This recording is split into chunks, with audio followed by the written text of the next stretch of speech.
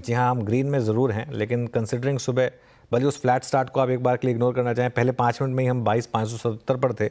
एक तरीके से हम रेंज में हैं और वापस एक रिस्क रहेगा कि अगर आज का हाई क्रॉस नहीं हुआ, वही 20 डेमा के पॉज का, हॉल्ट का, जो मर्ज़ी कहें आप, क्योंकि आप 20 डेमा ध्यान रखिएगा 22,600 पर है, तो आज का हाई 22,577, तो यहाँ पर क्लियरली 20 डेमा पर एक बड़ी रेजिस्टेंस है। लो देखिए आप आज भी 22,353, थर्सडे के लो से थोड़ा नीचे, लेकिन इंटरेस्टिंग पीस ये होगा कि ये थोड़ा सा इस 22,350 का जो सपोर्ट है उसको होल्ड कर रहा है। ये मार्केट में एक रेंज है 22,350 से लेकर 22,600। आज मार्केट ने आपको एक मौका दे दिया अच्छा, गिफ्ट निफ्टी के मुकाबले कहाँ फ्लैट खुला मार्केट, वहाँ पर मौका दे दिया, वहाँ पर एक बाइंग ट्रिगर हुई, लेकिन 22,600 के आसपास सेलिंग भी आ रही है और आई थिंक ये 2-3 दिन से काम हो रहा है। तो मार्केट में करना आपको यही है, सपोर्ट के पास खरीदना, रेजिस्टेंस के पास बेचना है। ये करना बहुत टफ होता है, लेकिन स्ट्रैटेजी तो यही है मार्केट में कि जितना आप सपोर्ट के पास खरीदें, जितना आप रेजिस्टेंस के पास बेचें, बेसिकली इस मार्केट में आपको वही करना है। और अगर एक बार 22,600 आपने क्रॉस किया, वैसे अभी बेस केस नहीं है मेरा, लेकिन अगर आपने 22,600 क्रॉस किया तो 22,750 से 22,800 जहाँ पर वो दीवार है मार्केट की सबसे बड़ी, वो टेस्ट हो सकती है। और अगर 22,350 टूटा, अगेन अभी तक बेस केस नहीं है, 22,350 टूटा तो फिर आपका 22,000, 22,200 भी टेस्ट हो सकता है। तो आप एक तरीके से रेंज में फंसे हैं। और एक चीज़ इस मार्केट में अब हम सब ना एक व्यू बना सकते हैं, हम एक सब होप कर सकते हैं इवेंचुअली, लेकिन जो मार्केट को करना है ना वो मार्केट को करना है, क्योंकि अब ये सब एक कहानियाँ हैं, नैरेटिव है कि अब एफआई की बाइंग आएगी, अब एफआई की बाइंग आएगी। पहले भी कई बार ऐसा हुआ है लेकिन हुआ नहीं इवेंचुअली। लेकिन जो चीज़ मुझे अच्छी लग रही है वो बैंक निफ्टी। देखिए बैंक निफ्टी अब एक 10 और 20 डेमा के जोन में आ गया है। ये 48,400 टू 48,600, अगेन इस जोन में नहीं फंसना है आपको, लेकिन 48,400 टू 48,600 ये सबसे इंपॉर्टेंट रेजिस्टेंस है, क्योंकि 10 और 20 डे एक्सपोनेंशियल मूविंग एवरेज यहाँ पर प्लेस्ड है। अगर आपने 48,600 निकाला तो 49,000 तक का टेस्ट होगा। और लोअर लेवल पर अब एक चीज़ एस्टैब्लिश हो गई है, 47,800 टू 48,000, ये अभी नहीं तोड़ने के मोड में है बैंक निफ्टी।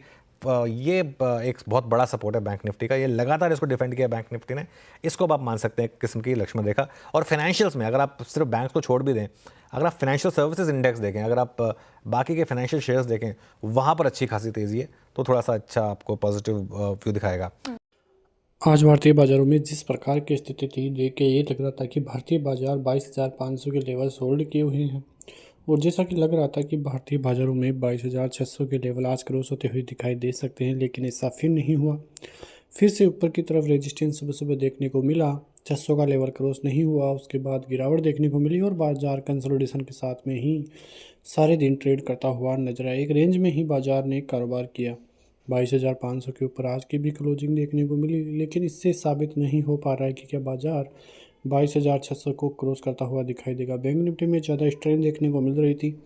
48,350 के लगभग की क्लोजिंग बैंक निफ्टी की तरफ से देखने को मिली। करीब 300 पॉइंट की तेजी बैंक निफ्टी आज दिखाता हुआ नजर आ रहा था। वे सेंसेक्स भी करीब 350 पॉइंट की तेजी के साथ क्लोजिंग दिखाता हुआ नजर आया। तो आज बाजारों में अच्छी खासी शुरुआत होती हुई नजर आई थी, लेकिन उसके बाद बाजार एक कंसोलिडेशन के मूड में ही जाता हुआ दिखाई दिया, जो दर्शाता है कि अभी भी भारतीय बाजारों की तरफ से स्ट्रेंथ मिलती हुई नज़र नहीं आ रही है। और एक बार यदि भारतीय बाजारों में स्ट्रेंथ आती है तो बहुत ही ज़बरदस्त तेज़ी का अनुमान भारतीय बाजारों की तरफ से देखने को मिल सकता है, क्योंकि पिछले कई दिनों में भारतीय बाजारों में जिस प्रकार की गिरावट हुई है उससे रिटेल निवेशकों को काफ़ी ज़्यादा घाटा भी लगा है।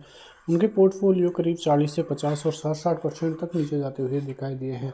तो यदि एफआईआईज़ की खरीदारी अब चालू होती है, जो कि पिछले 4 से 5 सेशन में एफआईआईज़ की जो बिकवाली है वो कम होती हुई दिखाई दी है। जो बिकवाली 10-10 हज़ार 5,000 करोड़ देखने को मिलती थी, वो अब 1,000 करोड़ के दायरे में ही देखने को मिल रही है। उससे साबित तो होता है कि यदि एफआईआईज़ की टोटल का 10 से 15% भी बाइंग जो है एफआईआईज़ की आती है भारतीय बाज़ारों में, तो वो भारतीय बाज़ारों के लिए गोल्डन अपॉर्चुनिटी होगी और बाज़ार में अच्छी खासी तेज़ी का मूड माहौल भी बनता हुआ दिखाई दे सकता है। फ़िलहाल भारतीय बाज़ारों में ऐसा कोई अनुमान नहीं है कि कोई ज़बरदस्त तेज़ी होगी।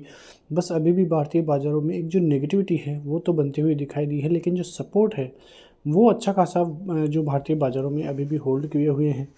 और जैसा कि हम लगातार यही कह रहे हैं कि बाज़ार 21,500 से 800 के बीच में आए तो वो एक गोल्डन अपॉर्चुनिटी होगी, जो कि बाज़ार 21,900 तक आता हुआ भी दिखाई दिया। लेकिन यदि बाज़ार में अब एक बार और नीचे की तरफ डिप आता है तो वो भारतीय बाज़ारों के लिए बाइंग का काफ़ी अच्छा मौका रहता हुआ दिखाई देगा। तो अब देखना यह है कि कल लेवल्स पर किस प्रकार से भारतीय बाज़ारों में जो है तेज़ी या मंदी का मूड माहौल रहता है, क्योंकि यदि भारतीय बाज़ारों में 22,600 के लेवल क्रॉस होते हैं तो वो एक अच्छी खासी जो है ब्रेकआउट के साइन देखने को मिलेंगे।